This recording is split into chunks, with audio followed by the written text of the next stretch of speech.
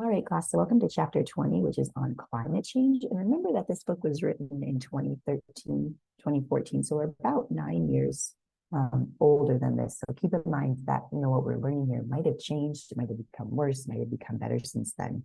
But we'll kind of give you the general aspects of climate change and how we can mitigate those effects. I'll let you read through the reforestation in Ghana as an example. More trees. This shows the mean annual global temperature between 1960 and 2010. And we see that the 20 warmest years since 1880 have occurred since 1990. So some terminology: greenhouse gas is gas that absorbs infrared radiation. Positive feedback is a change in some condition triggering a response that intensifies a changed condition. Infrared radiation is the radiation that has a wavelength that is longer than that of visible light, but shorter than that of radio waves.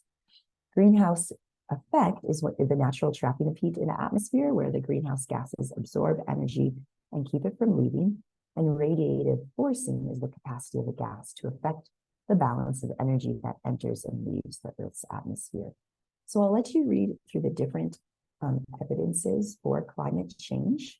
And we'll kind of continue forward here. So greenhouse gas concentrations are increasing. And when these gases create the greenhouse effect, it provides a warming. So the increased concentration of carbon dioxide on the right is mainly due to burning fossil fuels in cars, industry, homes, deforestation, or burning of forests.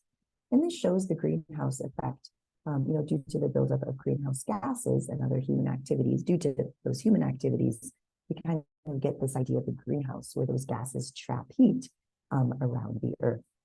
Pollutants that cool the atmosphere. So atmospheric aerosols are tiny particles that remain in the troposphere for weeks or months, and they can reduce the amount of sunlight reaching the Earth. And this complicates the model of climate change. The aerosol effect allows for atmospheric cooling that occurs where and when aerosol pollution is the greatest. So we actually have, pollutants, carbon dioxide, that create a greenhouse effect, and we also have pollutants that cool the atmosphere. Climate is affected by winds, clouds, oceans, currents, and albedo, which is the measure of reflectivity. So ice, for example, has a greater reflectivity than asphalt, which absorbs that sunlight. Climate models are used to explore past events, project future events, but models are only as good as the data and the law used to program them. So they do have limitations. A climate model, we divide the planet into a grid of squares, and each square is then layered into tiles, each representing a precise sample of ocean, land, or atmosphere. And then climate data for the specific tile is fed into a computer, data from adjacent files are factored in, and that's how we can create a climate model.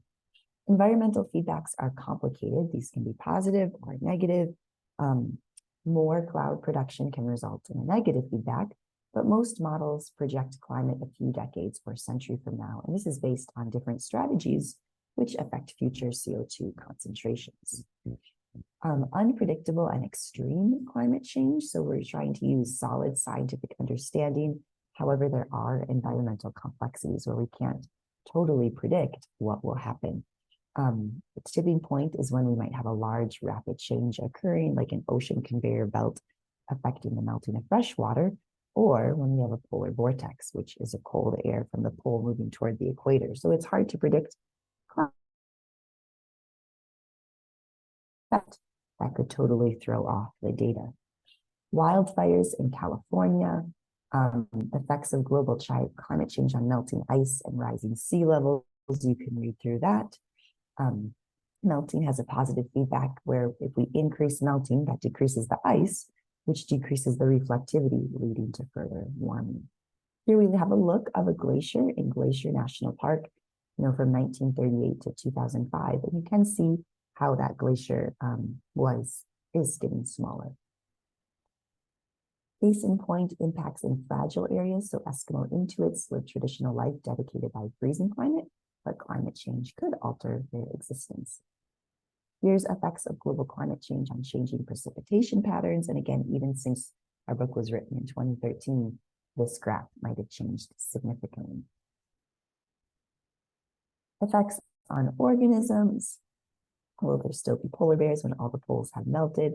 And again, even since the 9 years that this book has been written, there's been a lot of changes, even with new data coming out. Effects on coral reefs. So this is very interesting. Coral reefs can be bleached due to increase in water temperature, and this could affect the coral symbiotics. So how the coral reefs, have a symbiotic relationship with other organisms and make them more susceptible to diseases. Effects on vegetation, we see here, looking at different zones. And then we see effects on human health, whether we have water, foodborne diseases, respiratory or fungal diseases. Effects on agriculture, specifically with increasing in droughts, rising of sea levels, inundating floodplains, warmer temperatures requiring more irrigation, but again, location, elevation, and altitude could be affected differently. International implications, we could have developed versus developing countries, looking at differing self-interests and differing ability to meet the